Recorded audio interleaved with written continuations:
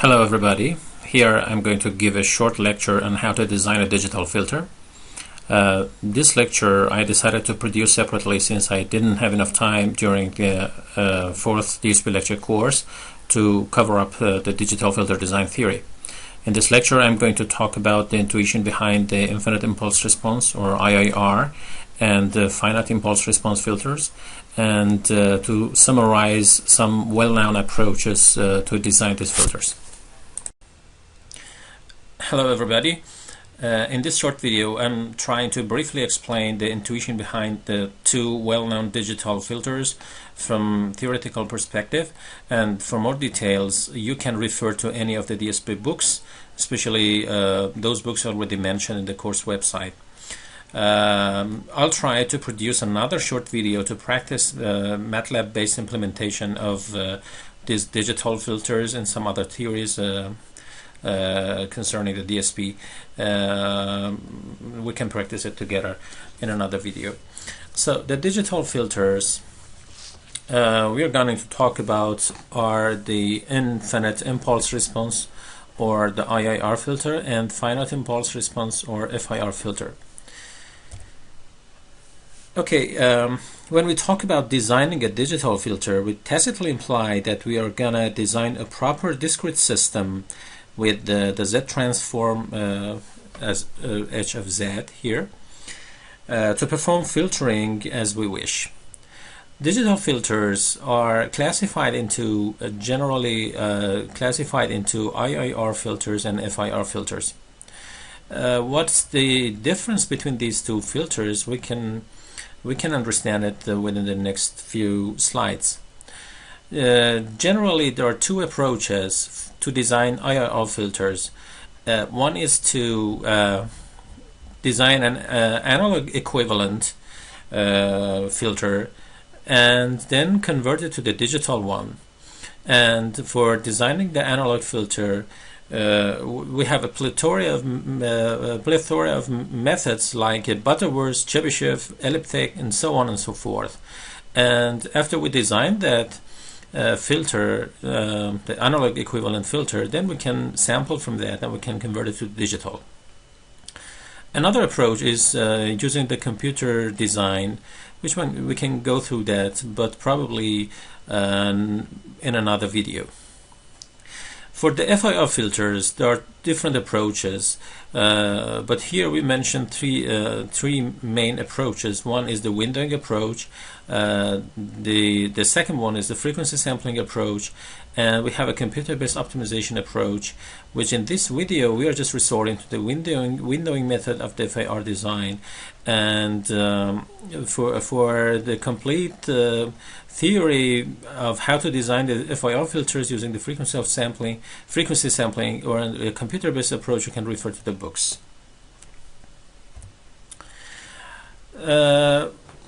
The advantages and the disadvantages of these two filters with respect to each other are considerable, actually. Let's start with the IIR filter. As it's clear from the name, IIR filters, they actually they're not actually having a limited number of the taps. So the active number of the elements of IIR filters are limitless in practice. So because they are somehow the digital equivalents of the analog filters, they are sometimes unstable. And but on the other hand, normally they have lower filter order than the FIR filters. And the problem that they also have is that, just the same as what we have in the analog version of the filters, they usually have nonlinear phase property, and this nonlinear phase property is actually something that helps to the distortion, and it's not something desired. But for the FIR filter, which makes them really perfect in case of the practical issues, is that we are able to get the linear phase property, and this linear phase actually gives us so many things.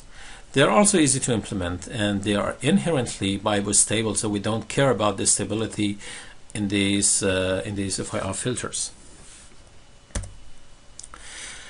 Let's start with the IIR filter, and here in this slide we can see the transfer function of an IIR filter in general, which can look like any of these blocks. So here we see that the transfer function of an IIR filter is shown as a fraction with polynomials in the numerator and denominator, and in general it looks like this. Showing the same filter in the form of the zeros and poles, we can get this transfer function as the zeros and the poles shown in the form of this fraction. And also, if we are interested to show the IIR filter as a system, we can actually show the IIR filter as a moving average system together with the feedback system. So here we see that the second system, actually the second polynomial, depends on the past versions of the output, and the first part is actually moving average. It's similar to the moving average system, which is actually taking several samples from the input and weighted by the values of bk. So an IIR filter in general can be represented as two systems combined to each other. The output of one system is combined to the second one, and the first one is a moving average depending on the outputs, on the inputs, and the second part, which is actually a feedback system depending on the past versions of the output. Okay. Ideal filters in general are represented here in this slide. For example, for the low pass filter, we can wish for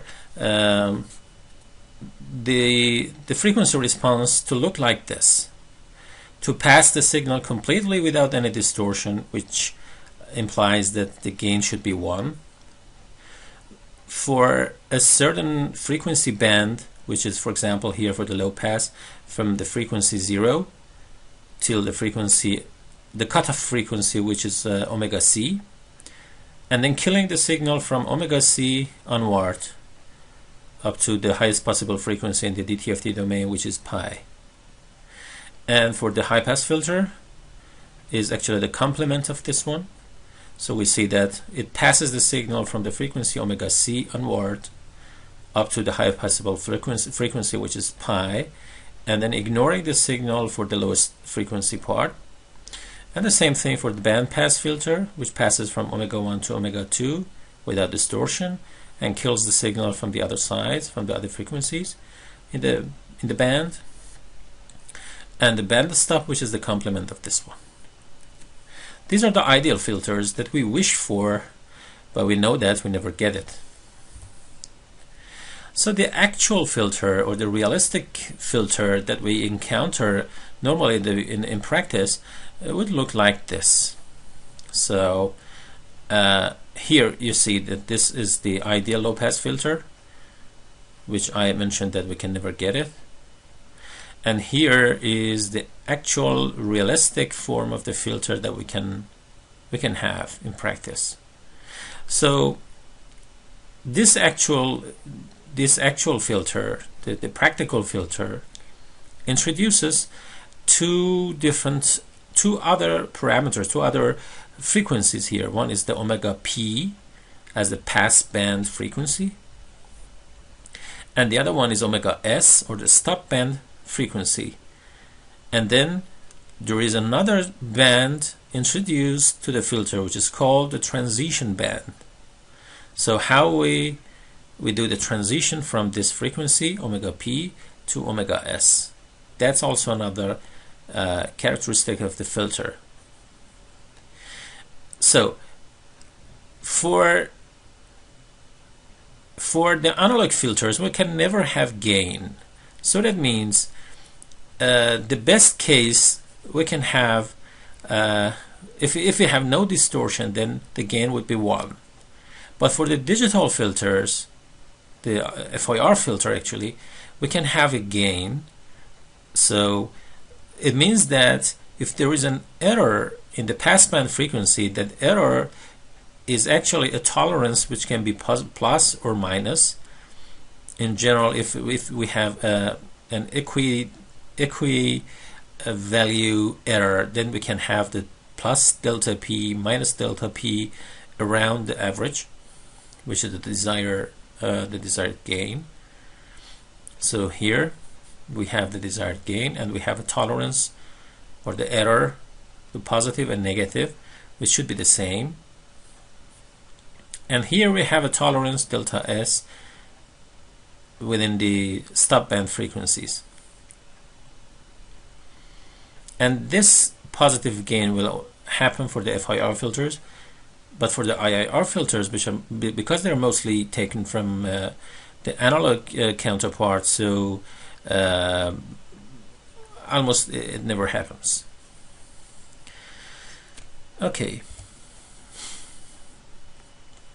let's start with the IIR design, IIR filter design. So people have been designing analog filters for a long period of time. Therefore, a reasonable approach would be to leverage those methods in analog filter design somehow in order to design a digital equivalent filter. The impulse invariance method is the first method in designing the the IIR filters. So we know that the analog filter design involves placing zeros and poles in the S-plane, which is a complex domain actually, the real and the imaginary part, so that the frequency response of the filter, which depends on the poles and the zeros, fulfills our requirement. So in complex domain, while designing an analog filter, our desire is to have the stable poles. So we are actually looking for the stable poles on the left-hand side of the j omega axis, or the complex domain, in order to achieve the stable filter structure, which hopefully it could be implementable. Now, analogous to that idea, for a digital filter design, we are looking stable poles inside a unit circle in a z-plane, or the z-transform domain. As I already mentioned, by designing the digital filter, we're looking for the h of z, and the region of convergence in the h of z, or in the z domain, is actually dealing with the unit circle as its counterpart in the continuous time, which was left-hand side of the j omega axis. Here, the ROC is actually defined based on this unit circle. So we are looking for the poles, stable poles inside this unit circle in the Z domain, to be able to have a stable filter and to be able to implement it. So the procedure how to go through the design of impulse invariance method is actually simplified here in this line. So we're trying to find first the analog counterpart of that filter in the Laplace domain, which is represented here by the transfer function h, continuous in the continuous time domain, and in the Laplace representation, Laplace domain. And then after we design this filter in the Laplace domain in the continuous form, or the analog counterpart, then we inverse Laplace it, and we get the time domain of that impulse response. Then we try to sample from this analog counterpart. After doing the sampling, we get the h of n, with a period of sampling which is TD actually. We'll see later in the lecture that in the slides that TD is not important actually. It's just symbolically we put it here because mathematically it's correct to have this, but in practice and during the design we can ignore this T of D. And here just briefly the relation between the Fourier transform of h of n with the Fourier transform of h of c is mentioned. So we see here. And then after we did the sampling from the analog one and we got this, we can go to the Z domain and get the filter. Okay. In general, we can see we can actually we can see that the poles actually in the S domain, S of k, they are actually mapped into zk, which are these zk's are actually e to the power of skt. We'll see later. And the relation between h of z and the analog counterpart in the S domain, Laplace domain actually is plane, is like this.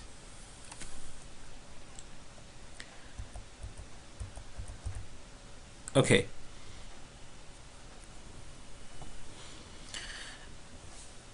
Okay, now as I mentioned already, we need to design the analog counterpart first, and after getting the Laplace domain filter, we do the Laplace inverse transform and we go to the time domain, and then we do the sampling from the time impulse response in order to get the digital form of that, and then going to the Z transform. So the typical filters are band limited, and we were able to sample from them to achieve the discrete time equivalence filter. Therefore, we sample from h of t to get the h of n. But we know that in practice there is no analog filter which is band limited. So most of the analog filters that we design are, we call them IIR, infinite impulse. Why? Because actually the impulse of these analog filters goes to infinity. So even if you see here, for example, the damping, but these values actually are continuing to the infinity. So here that clearly shows us that the frequency response of the filter in analog form actually will suffer from aliasing. Why? Because as we saw in the previous slides, that we're going to take the samples from hc of t, and while we design this filter in analog domain, we need to do the sampling. And in this sampling here we see that when we have actually we are actually tacitly implied that we need we actually have a periodicity for the digital form of the filter. So that actually screws up everything. Why? Because for the analog form we know that we are going actually to the infinities. That's IIR, impulse, infinite impulse response. So the replica of the filter, they should definitely have overlapping. So that's one of the negative points of the impulse invariance method. That's why they are rarely used in practice. But regardless of what happens, the design method is like this. So we go through a well-known method like the Butterworth designing of the filter. So we try to first get the specifications of the filter. For example, we're talking about omega c, or the number of the or the order of the filter, what it should be, and what method we are actually using to design the IIR filter. For example, the Butterworth method. So for the Butterworth method, the magnitude square function is defined like this. The magnitude square of the analog filter, the magnitude square, has this relation with the omega and omega c. So, and it looks like this for different values of n is being represented here in this figure. We see that, for example, for n equal to 2, we have this smooth filter, and for n equal to 4 it becomes more steep. For n equal to 8, the steepness is actually much sharper than the previous versions, and it rapidly goes toward the 0. So, and this is the Laplace equivalent of that. And as I already shown in the previous slides, S of k in the Laplace domain has this relation with the omega c and n for different values of k, which goes from 0 to 2n minus 1. So if you choose the Chebyshev filter, with the difference between the Chebyshev and Butterworth, it might be clear from the figure that Butterworth is also called the maximally flat. The reason is clear, I think, here, because we see that in the pass band is actually maximally flat. It's completely flat. And mathematically it can be shown that the nth derivation of the filter is within this pass band is also 0, so it means that that's why it's called maximally flat. And for the Chebyshev filter, or the equiripple filter, we see that for Chebyshev type 1 the magnitude response introduces the equiripples, ripples with the equal values with equal peaks in the pass band. So it's actually having a tolerance equal to epsilon in the pass band, and then it has this transition which is steeper than normally is steeper based compared to the previous one, the Butterworth, and it goes to the 0. And for the Chebyshev type 2, this ripple goes to the stop band. So in the pass band is actually flat, almost flat, but for the pass band we actually have the ripple. Let's start with an example. In this example we're trying to use the Butterworth method. Okay, first of all, the specifications of the filter are important to notice. Here the magnitude response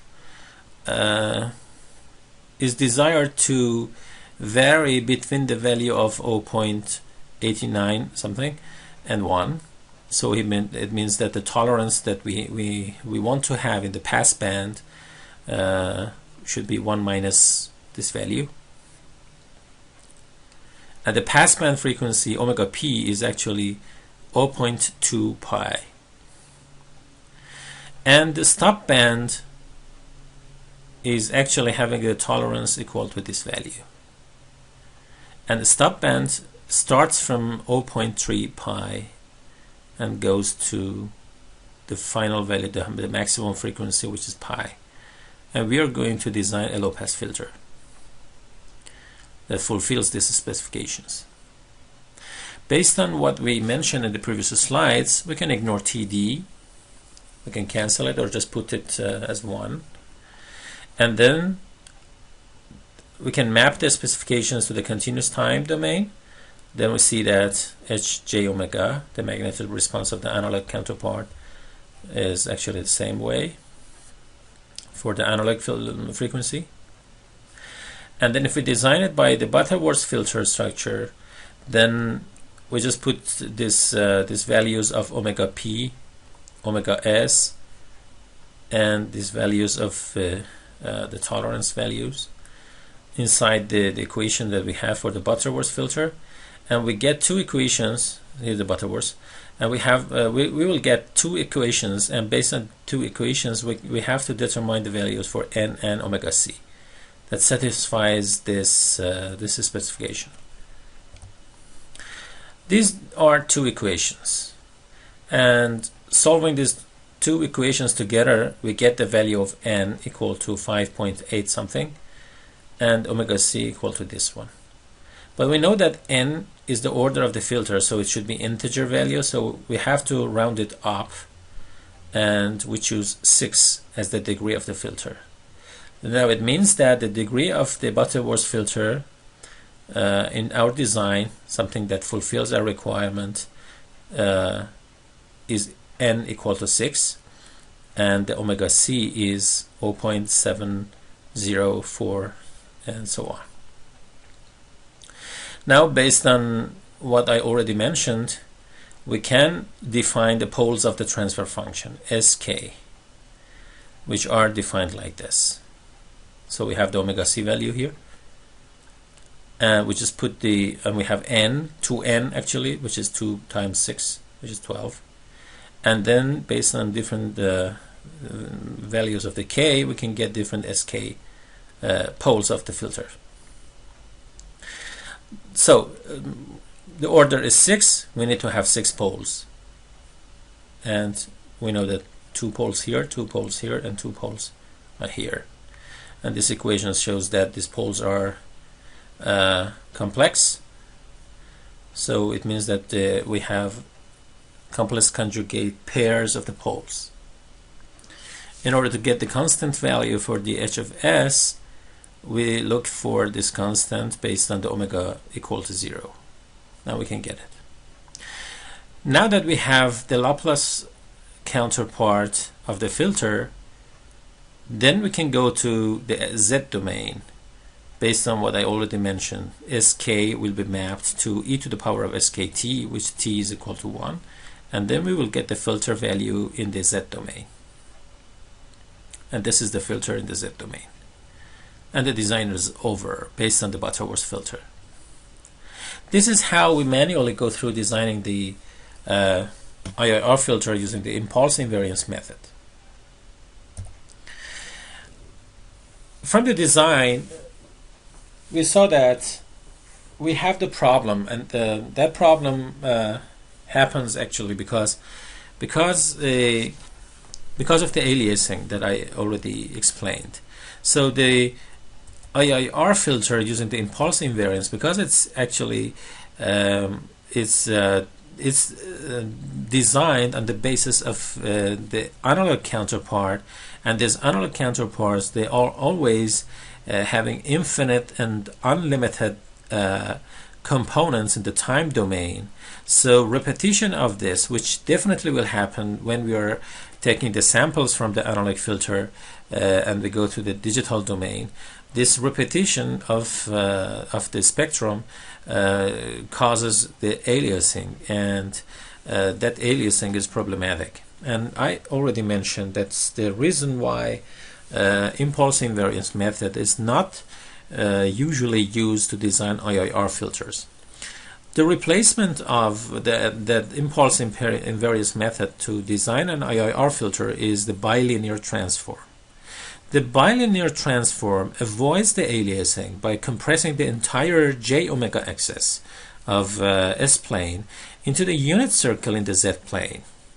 So how this compression is done, we see here in this graph, for example, that the values of omega, which vary from minus infinity to plus infinity, they are mapped using a mapping function here into a new omega, the frequency, which is actually between minus pi and pi, or the normalized version of that between minus 1 and 1. The mapping function is nothing but a tangent when the analog omega, so this is the relation between the analog omega and the omega that we have in the bilinear transform, or the digital one, or the arctangent when we are mapping the omega to the new one. So we use this mapping, and we see here that if we just spread this tangent into sinus and the cosine, then showing the sine using the exponential forms and the cosine also, then we can simplify the equation into this, and therefore it means that j omega equals to this fraction. And since we know that S is j omega in the Laplace domain and Z is e to the power of j omega, then it means that we have such kind of relation between the S in the Laplace domain and the Z in the Z transform domain. So that's mapping from the Laplace to the Z domain using the bilinear transform.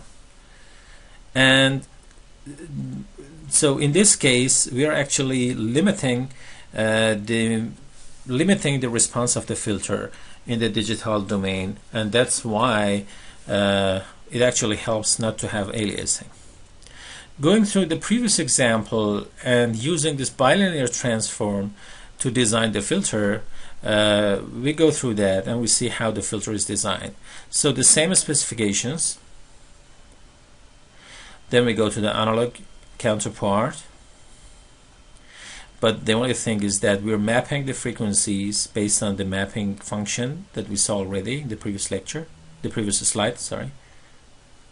So we have values for the boundary values of the frequency response,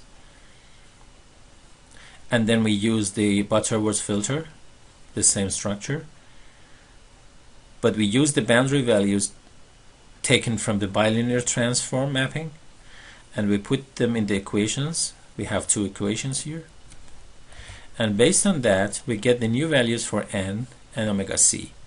So we see that the n obtained as 5.3 something, but again we need to round it up to make it as an integer. This integer value is 6, but the omega c is changed a bit. So we had already 704 and now we have 766. So omega c shows clearly that the passband is actually extended a bit, and it's a good news. The values for the SK again are calculated from the previous equation, and then we have again the order of the filter is 6, so we have 6 poles which are complex conjugate, and we get another value for the constant. Then using the linear transform here, we change from S to Z domain, and we get the filter which is designed based on the bilinear transform and the Butterworth analog counterpart. Okay, that was well, there are a lot more things to say actually about the IIR filter design, but in this short video I'm trying to skip them, and you can go through the book and you can read it, and yeah, I think we can resort to that impulse invariance and bilinear transform for IIR design. There are also some computer-based methods that maybe just very succinctly in another video independently I can pay attention to those computer methods, and simply I can go through some examples such that both you will get familiar with MATLAB and also a bit about how to computer-wise design an analog an IIR filter and FIR filter. Okay. Now what is the FIR filter? The FIR filter structure is the filter which is only defined in the digital domain. So we have no actually we have no continuous time or analog counterpart to an FIR filter. So that's an advantage of FIR filter. The structure of the filter in the Z domain is represented like this polynomial. So it's simply all-pole filter. And this filter is supposed to have a limited number of taps, which is good news. It's supposed to have a linear phase shift, which is perfect, so we don't have such a thing in IIR counterpart. And the design of such FIR filters are so easy and gives us a causal, stable, and implementable filter. But we will see that in FIR filter design, we are actually looking for a kind of approximation of a filter to the ideal design filter, ideal desired structure that we wish. So for the FIR filter, in order to get the linear phase, the structure should look like this. So it means that we need to have a kind of even or odd symmetry for the filter. If we assume that the number of the filter taps are n, then this is actually somehow implies that we need to have an even symmetry or odd symmetry with respect to the middle tap, the middle value of the filter. And based on that, we can get a phase shift which is linearly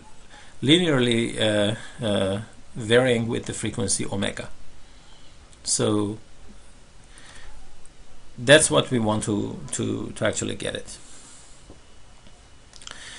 Okay. So the ideal filter, which looks like this, we have no distortion.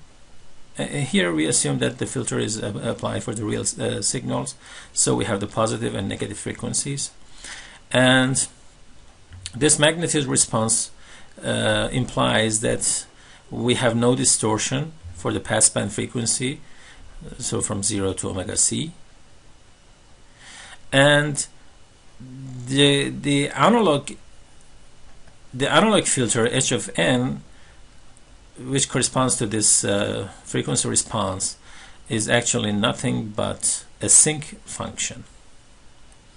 Here is the sinc function, and we see that the values of this sinc function, they actually go on forever. So practically they go to plus infinity and minus infinity from both sides. And so it means that the size of this sinc function is not limited in time. So that brings up this issue that's an infinite length impulse response, and it means that it's non-causal. And on the other hand, it means that it's not implementable. So that's a problem. And we cannot implement this ideal, for example, low-pass filter in practice. What happens if we only have an ideal delay? If we have an ideal delay, so structure which in time is represented by delta of n minus nd, this d should be sub d, so actually this is not n times d, this is n sub d. I will change it later. The ideal delay in a time domain is nothing but in the frequency domain is nothing but a frequency shift, or the phase shift actually, and the value of the shift is based on this delay. So we have the magnitude response is just 1, the same as what we had in the ideal filter, and the phase shift is minus omega nd. Let me change it right now, maybe I don't want to forget it later. So this is subscript, and here also it's a subscript. Okay, now I think everything is right.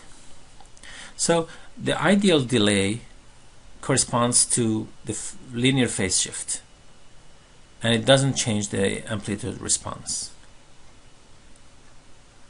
Okay, so when we say that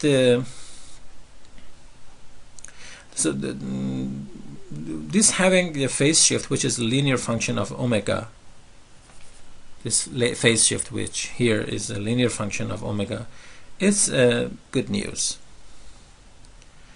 It means that the output sequence is just the input shifted in time, and therefore we have no distortion. Here we see that there is no distortion in the amplitude, and it's just a shifted version of the input in time. And we're going to tolerate this linear phase. That's the minimum of what we can achieve. And we know that having no phase shift is actually impossible. So having no phase shift means that the output of the system is actually provided instantaneously with the input given. So it means that there is no delay between the input and output of the system. And it somehow implies that the system is actually making decision and gives the right answer in the output without having any kind of process on the input, and it's impossible in practice. So we're going to tolerate this linear phase shift, and that's the perfect thing that we can get from a digital system.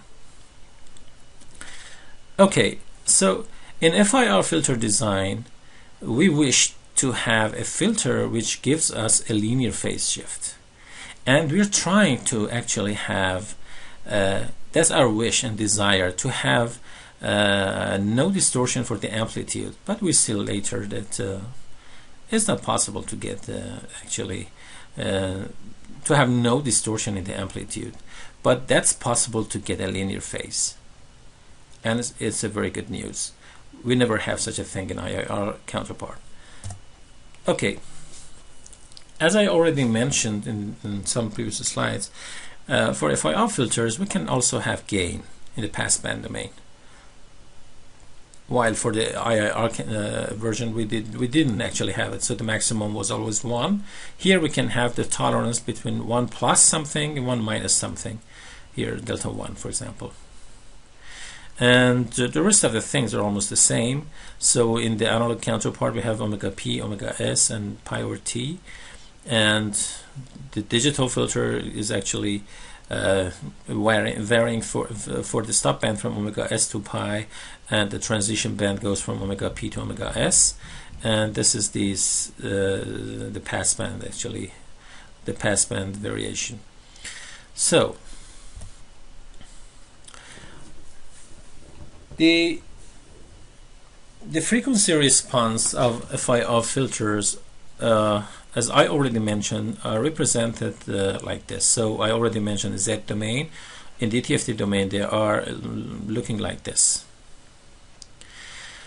This way of representation, because we know that this is in DTFT domain, this is a complex value. So the complex value can be shown by the magnitude response and the phase response.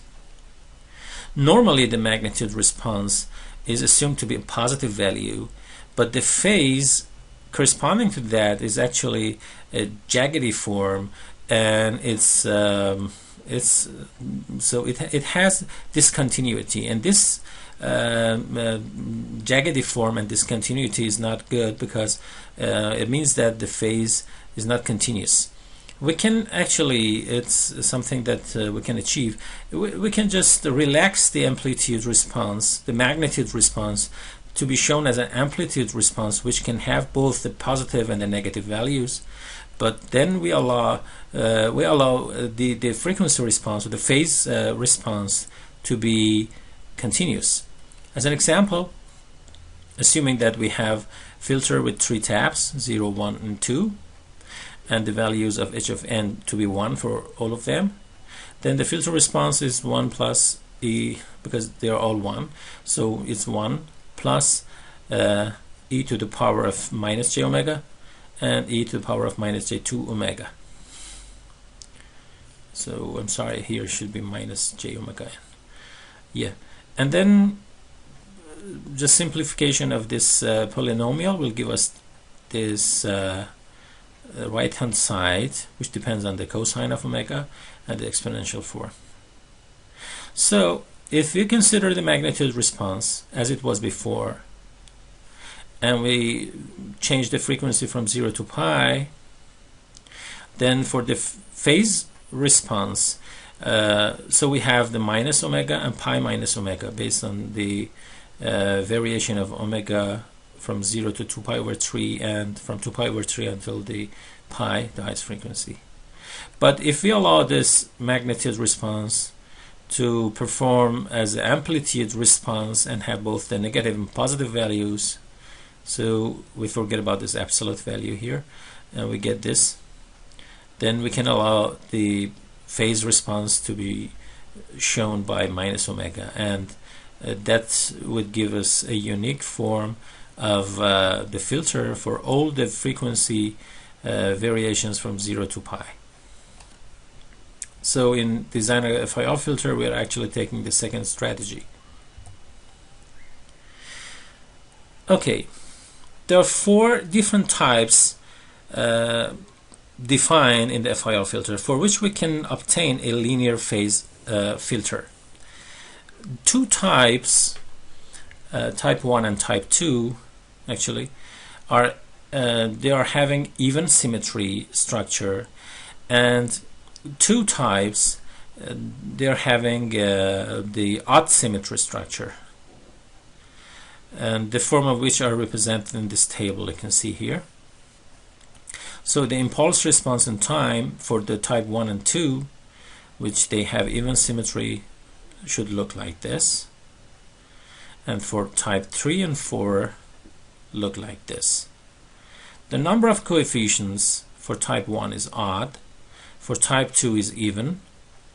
So when we say that they have even symmetry for type 1, because the number of the coefficients are odd, so the middle value, which the symmetry, the even symmetry is around this middle value, that middle value also belongs to the filter, is one of the taps of the filter. But for type 2 it's not, it's just a virtual middle axis or middle value. You can go through the book in order to get more details about that. And the same thing goes for type 3 and 4. The frequency representation of them are mentioned here. I don't want to go through the calculation of them. And they all have the linear phase. So I can skip this because it's calculating of those frequency responses for type 1 and 2, for the n even and n odd, and you can just find that in the book. The only thing I want to mention is any of these types, type 1, 2, 3, and 4, with different orders or the taps, which n is even, odd, and for type 3 and 4 again it's even or odd, and they are symmetry. They have symmetries, positive or even symmetry and antisymmetric or odd symmetric. They're not necessarily performing the same for different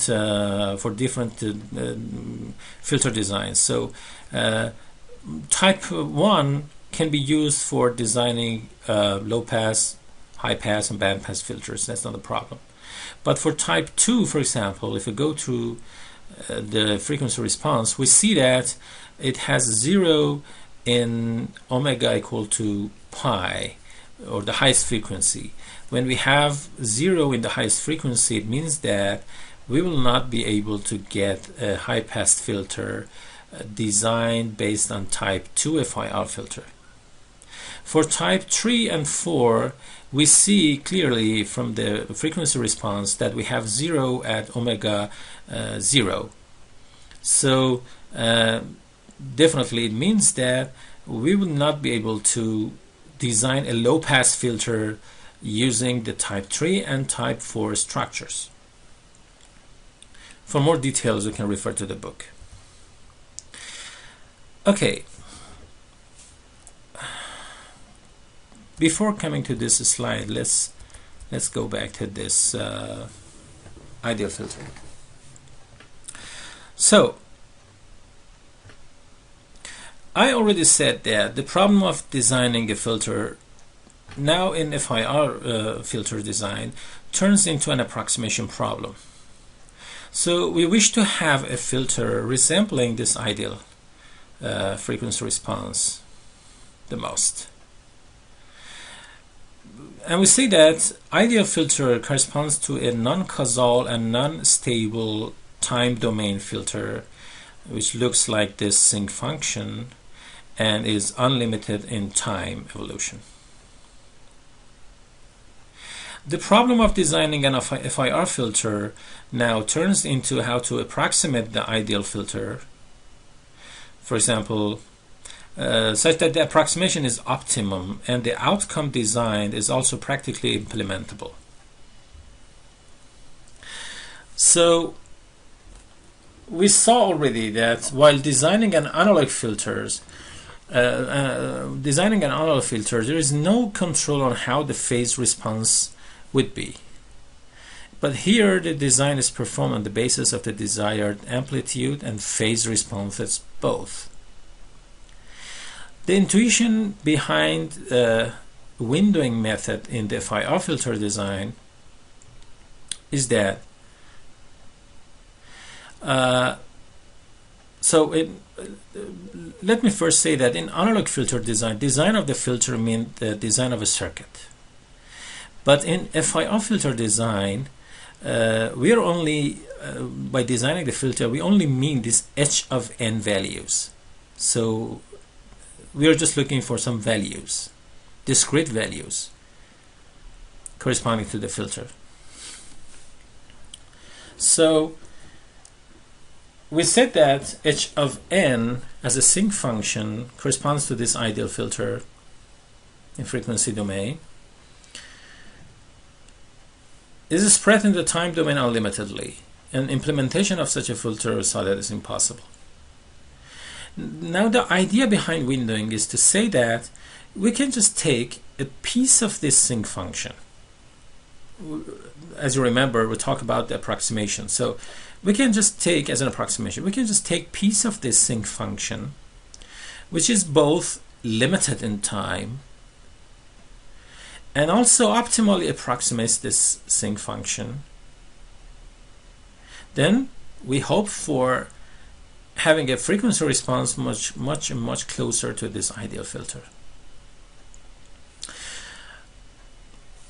For example, to make it causal and implementable, we can say that we can shift this sinc function to the right hand side, which this shift function, as I mentioned already here, corresponds to a delay introduced for the system. And we saw that this doesn't make a distortion, so the phase is just a linear function with respect to this omega, the frequency, as we mentioned before. But the point is that how much shifting of the samples should be done. How much we should shift the samples to the right hand side in order to get the best approximation of this ideal filter. So approximation of this ideal filter with a limited number of samples unfortunately leads to an undesirable overshoot. I already mentioned in the lecture course during the class. And this undesirable overshoot in the amplitude response produces a nonlinear distortion in the amplitude, and it's called the Gibbs phenomenon. But one partial solution to this Gibbs phenomenon would be to approximate this ideal filter with the samples which are actually weighted. And the weights are to be calculated in such a way that produces less distortions in amplitude response and is somehow optimal for our application. So what we meant from this windowing function or the weight function is that we take this ideal filter and we weight it with that window function. So it means that this actually is shifted to the right hand side, and the window function is applied, which is a weight function, and then we wish for approximation of this ideal, for example, low-pass filter. So the design filter is in time domain is ideal filter, or the sinc function, times the window function. And that window function can have the length, for example, m. Okay, there are different window functions. I'm not going through the calculations, and the details are already mentioned in the book very in detail and simply written, so everybody can just read it and understand it. But there are different window functions applied, and if the window function has no gain, I mean the unified gain for every sample, then it's called a rectangular window, and this is how it's represented in time domain. And here is mentioned, here is assumed that the window order is n. We can have the Bartlett window, which is triangular, the Hamming, Blackman, and Kaiser. These are the famous windows that we have, and these are the time equations correspond to each of these windows. Let's go through some figures that show these windows. So for triangular window, for example, if we take the size 35, triangular window looks like this. So it means that the values of that sinc function shifted to the right hand side are weighted actually like this. They're weighted like this Bartlett or triangular window, which the magnitude response of such a window in the frequency domain looks like this. It has a main lobe and side lobes. And if we apply that window to the signal, the magnitude response of a filter that we can get, for example, for the omega C, omega cutoff frequency, for instance 0.5p, we can get a filter like this. So the filter from 0 to 1 is actually normalized over the pi. So for the omega C equals to 0.5, which is the cutoff frequency, we can cutoff frequency is the frequency that we get minus 3 dB of the magnitude response. So here we see that if we get minus 3 dB, 0.5 is the omega cutoff frequency, and the response looks like this. So it's almost flat here, and then the stiffness of transition band is like this, and then it goes to minus 35 dB stop band. Now if we change the window and we use the Hamming window, which is a smooth window like this, and it has the magnitude response like this, so we see that the main lobe is higher and the side lobes are much less than the Bartlett one, like here. Then the response of the filter will change and will look like this. So we have a better representation of the filter within the passband frequency, and here we have ripples in the stop band, but the ripples are less than minus 40 dB. It's better than what we had in the Bartlett or triangular. And if we use the Hamming window, we have the main and side lobes in the frequency domain, and then the filter will look like this. And if we use the Blackman, we actually get much more attenuated side lobes below minus 60 dB, which is perfect actually, and a better filter actually. Here we see that the side lobes of the filter are below minus 80 dB, and it's perfect.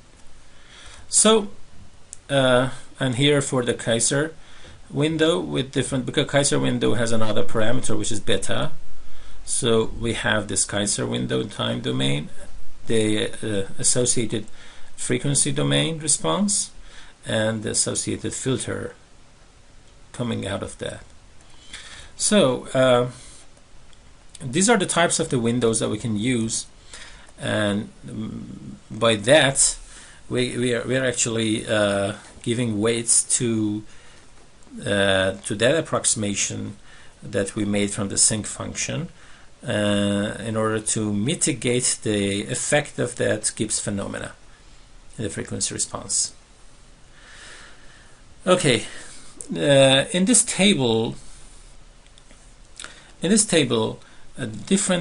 different windows from rectangular to the Blackman are shown, and the different values of the side lobe peaks are calculated. We see here that from rectangular going to the Blackman, so from almost from the unified window without any weights to the Blackman, which is the smoothest windowing function, we are actually enhancing the side lobes, because the peak of the side lobe is from minus 30 dB going down to minus 57 dB, and it's perfect.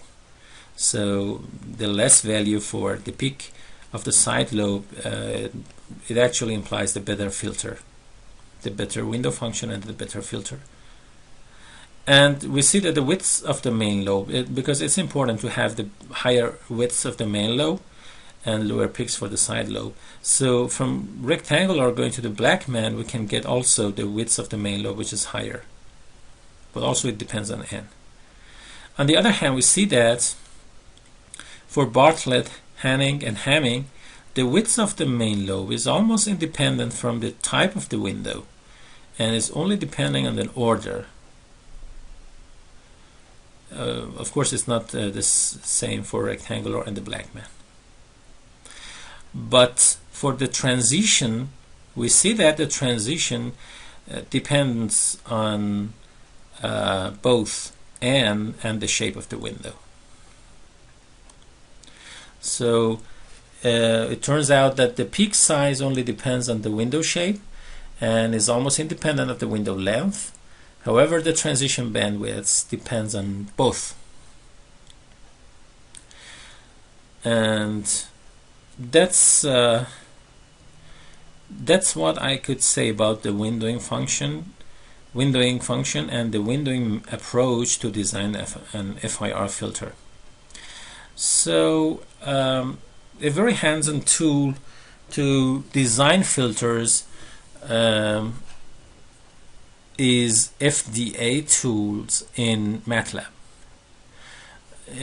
During the class, I tried to make two simple examples of how to use FDA tools for MATLAB. But probably in another video, which I'm talking about using the MATLAB code for DSP theory, probably I can go through this FDA tool, and I will design some more filters using this very hands-on tool and module, which is perfect. Thank you.